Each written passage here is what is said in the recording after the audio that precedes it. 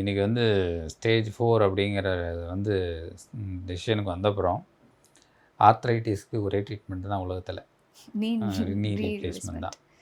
இதில் வந்து fear factor அப்படிங்கிறது 2 ரீசன்னு. ஃபியர் ஃபேக்டர்னு ஒரு பக்கம் இருந்தாலும், இந்த நம்ம நாட்டில் பொறுத்த வரைக்கும் இட்ஸ் அ டெவலப்பிங் கண்ட்ரி, கரெக்டாக. ஆல்மோஸ்ட் ஒரு நாளைக்கு 3 to 4 lakhs பேஷண்ட்ஸ்க்கு வந்து பண்ணக்கூடிய ஒரு காமனஸ்ட் சர்ஜரி. இன்னும் சொல்லப்போனால் இந்த நீ ரீப்ளேஸ்மெண்ட் அப்படிங்கிற சர்ஜரி ஆஃப் த செஞ்சுரி அப்படின்னு எல்லாரும் சொல்கிறாங்க. If you take all over the world almost 20 million people வந்து ஒரு நாளைக்கு இந்த சர்ஜரி அண்டர் கவர் பண்ணுறாங்க.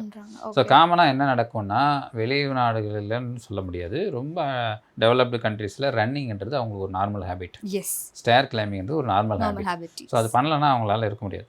ஸோ அந்த டைம் வரும்போதே they will go and get the replacement.